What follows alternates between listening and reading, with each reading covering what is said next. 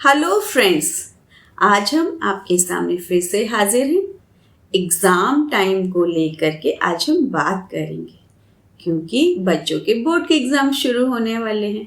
आपके बच्चे 10th में हो, 12th में हो या स्कूल की किसी भी छोटी क्लास में हो, बच्चों को एग्ज़ाम टाइम में खास पढ़ाई का रूटीन फॉलो करना पड़ता है और पढ़ाई के साथ में उनका रेस्टिंग टाइम भी पक्का होना चाहिए, क्योंकि अगर वो ठीक से सोएंगे नहीं तो उनकी लर्निंग ठीक से नहीं हो पाएगी, जिससे मार्क्स पर इफ़ेक्ट पड़ सकता है।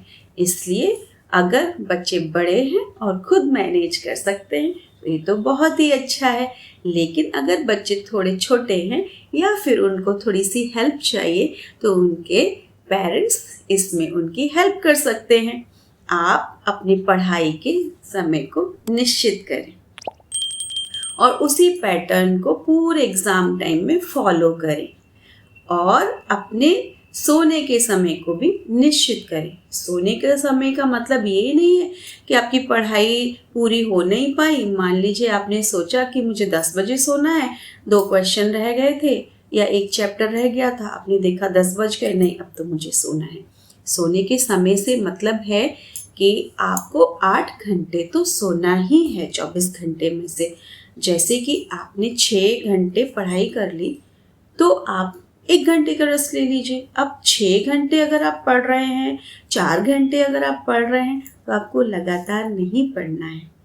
अगर आप कोई खास तरीके का पेपर सॉल्व कर रहे हैं जिसमें 3 घंटे की ज़रूरत है तो आपको देने पड़ेंगे, लेकिन आप ध्यान रखें कि अगर आपने सोचा कि आज मैं 6 घंटे पढ़ूंगा तो 3 घंटे सुबह, 3 घंटे शाम को पढ़ सकते हैं, या 3 घंटे शाम को और 3 घंटे रात में पढ़ सकते हैं। लेकिन इन 3 घंटों के बीच का जो समय है आप रेस्ट करने में यूज़ कर सकते हैं। अलग अलग पढ़ाई को करने के लिए बच्चे अपने अपनी सुविधा के अनुसार अपने रेस्टिंग टाइम को सेट कर सकते हैं, लेकिन ये ध्यान रखें कि आपके सोने में 8 घंटे ज़रूर हों।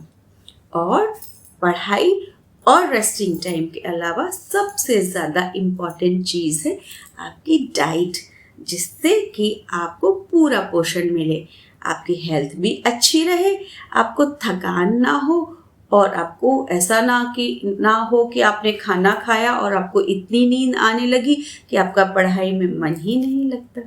तो आप खाने में ऐसी चीज़ें रखें जो कि आपको पूरा पोषण भी दें और फ्रेश भी रखें, जिसमें सबसे पहले तो ऑयली फूड ना हो, थोड़े से सैलेड्स हो, थोड़े से कार्बोहाइड्रेट्स हो। कार्बोहाइड्रेट्स में आप चावल ले सकते हैं, चपाती ले सकते हैं, दलिया ले सकते हैं, सूजी का उत्तपम उपमा ले सकते हैं। अगर पेरेंट्स कर सकते हैं तो उसका पिज़्ज़ा टाइप भी बना सकते हैं, सब्जियों के साथ बहुत अच्छा लगता है। थोड़ी सी ग्रीन वेजिटेबल्स हो सकती हैं, दाल चावल हो सकते हैं। दिन के अलग अलग समय पर अलग अलग चीज़ें जैसी बच्चों को चाहिए, लेकिन घर में बनी हुई हो तो ज़्यादा अच्छा। इससे पोषण पूरा मिलेगा, हाई प्रोटीन डाइट होगी, दिमाग अलर्ट रहेगा। और ध्यान रखें कि भर पेट खाना ना खाएं, उससे आपको नींद आएगी। तो आप अगर अच्छा होगा हाई प्रोटीन डाइट लें, जिसमें मिल्क प्रोडक्ट्स हो सकते हैं, ग्रीन वेजिटेबल्स लें और सैलेड्स ले सकते हैं। तो आप अपने खाने का, सोने का और पढ़ने का 3 चीज़ों का नियम बना लें। पहले से टाइम टेबल बना लें कि अगर हमको दिन में 4 बार खाना है तो हम क्या क्या खाएंगे, जिससे कि जब हमें भूख लगे तो हम कुछ भी ना खा लें, जिससे कि हमारा अटेंशन स्पैन कम ना हो जाए या फिर हमको नींद ही ना आ जाए और हम पढ़ ना पाएँ, हमारा शेड्यूल गड़बड़ हो जाए।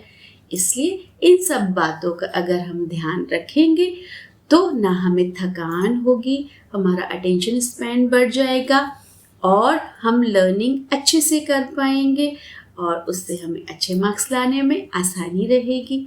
तो इन सब बातों का ध्यान रखते हुए हम अपना टाइम टेबल बनाएं।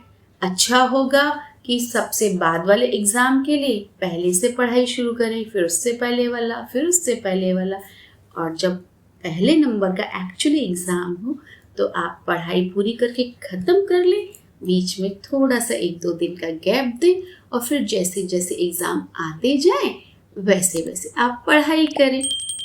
उसके लिए एक चीज़ और भी ज़रूरी है कि आप अपने बुक शेल्फ को पहले से ही ऐसे सेट कर लें कि जब आप पढ़ने बैठें तो आपकी बुक, नोटबुक, पेन, पेंसिल जो भी आपको चाहिए, ऐसा ना हो कि वो मिल ही नहीं रहा। आपके आई कार्ड्स, रोल नंबर्स और जो भी आपको ज़रूरी सामान है आपके एग्ज़ाम के लिए, वो पहले से तैयार हो, जिससे लास्ट मिनट पर उसको ढूंढने में परेशानी ना हो।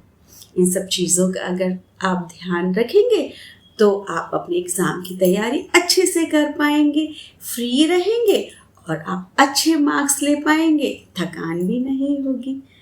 यही तो हमारा उद्देश्य है। So all the best for your exams. और अगर आपको कोई ज़रूरत है मेरे हेल्प की, कभी आप स्ट्रेस्ड हैं, बात करना चाहते हैं, मैं अपने इस वीडियो के नीचे एक नंबर मेंशन कर दूंगी, आप मुझे उसमें मैसेज डाल सकते हैं। अगर आप मुझसे बात करना चाहें तो हम ज़ूम मीटिंग पर बात कर सकते हैं। उसके कुछ चार्जेस होंगे। अगर आप क्वेश्चन पूछना चाहें, 3 क्वेश्चन पूछेंगे तो उसका 1000 रुपये लगेगा।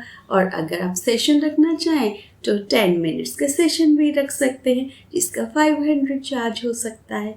तो आप अपने एग्ज़ाम की तैयारी अच्छे से करें, परेशान ना हो, पढ़ाई करें, रेस्ट करें, अच्छी डाइट लें और अच्छे नंबरों से पास हो जाएं। Thank you.